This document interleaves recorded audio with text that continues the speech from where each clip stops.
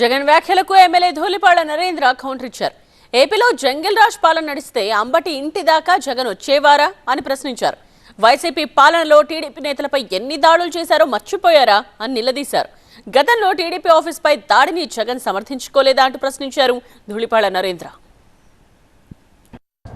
ఎక్కడికి వెళ్ళినా కూడా ఈ రాష్ట్రంలో జంగిల్ రాజ్ నడుస్తుంది, అటవిక పాలన నడుస్తుంది అని చెప్పి మాట్లాడుతూ ఉన్నాడు.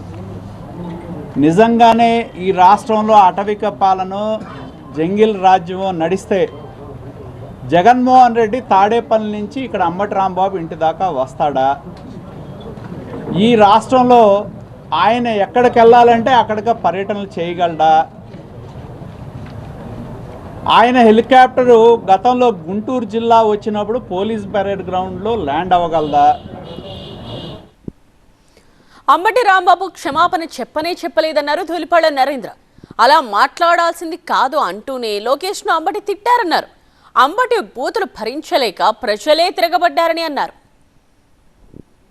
జగన్మోహన్ రెడ్డి ఇంకో మాట ఏం చెప్తున్నాడు? అంబటి రాంబాబు అంటే క్షమాపణ చెప్పాడంట. ఎక్కడ చెప్పాడండి? ఎవరికి చెప్పాడు? నేను అనకూడదు అంటూనే లోకేష్ గారిని నానా బూతులు తిట్టాడు.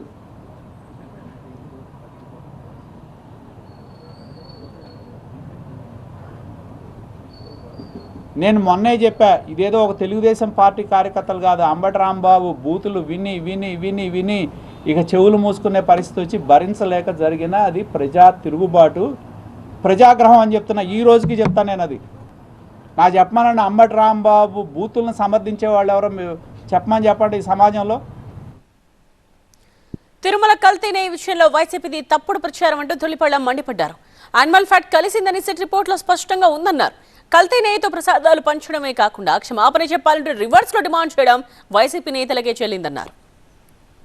పేజ్ నెంబర్ 35లో స్పష్టంగా ఎన్డీడీబీ ల్యాబ్ నుంచి వచ్చిందని చెప్పారు.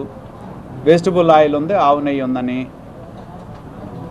టెస్ట్ అనాలిసిస్ చేసేటప్పుడు 10% పైన ఉంటే బల్లగుద్ది ఇది మాంసం నెయ్యి అని చెప్పచ్చు.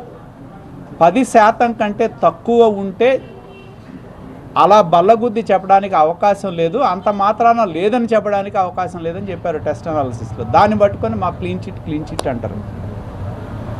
కాబట్టి మేము డిమాండ్ చేసేది, దేవుడి దగ్గర తప్పు చేసి కూడా వాళ్ళ ధైర్యాన్ని బట్టి మెచ్చుకోవాలండి. కల్తీ నెయ్యితో భక్తులకు ప్రసాదాలు పంచి మళ్ళీ బయటకు వచ్చి చంద్రబాబు నాయుడిని క్షమాపణ చెప్పమన్నాడు కదా. నిజంగా వెంకటేశ్వర స్వామినే ఆయనే ఇప్పటికీ శిక్షించాడు, ఇంకా అది చాలదనుకుంటే ఎక్కువ శిక్షిస్తాడు అంతే.